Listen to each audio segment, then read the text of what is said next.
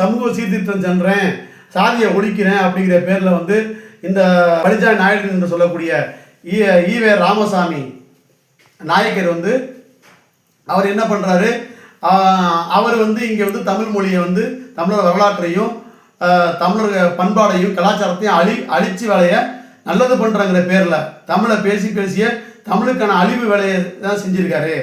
அதன் பிறகு வந்து அவரை ஃபாலோ பண்ணி வந்த அண்ணாவும் அதை தான் பண்ணார். அவரும் தமிழர் இல்லை. அவரை ஃபாலோ பண்ணி வந்த கலைஞரும் தமிழர் இல்லை. அதுக்கு பிறகு வந்து எம்ஜிஆர் தமிழர் இல்லை, ஜெயலலிதா தமிழர் இல்லை. இப்போ எல்லாருமே இது வந்தேர்கள் வேட்டைக்காடு மாதிரி தமிழர் அல்லாதவர்கள் இங்கே ஆட்சி பண்ணால தமிழரோட நலன்கள் காக்கப்படலை, தமிழருக்கு வேலை வாய்ப்பு இல்லை, தமிழர்களுடைய நிலங்கள் பாதுகாக்கப்படலை, தமிழரோட வளங்கள் பாதுகாக்கப்படலை, இங்கே எல்லாமே சூறையாடப்படுது.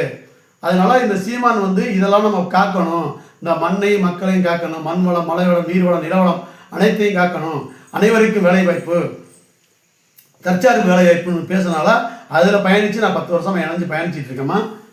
அதனால தான் நான் அந்த கட்சியில் சேர்ந்து பயணிச்சிட்டு இருக்கேன்.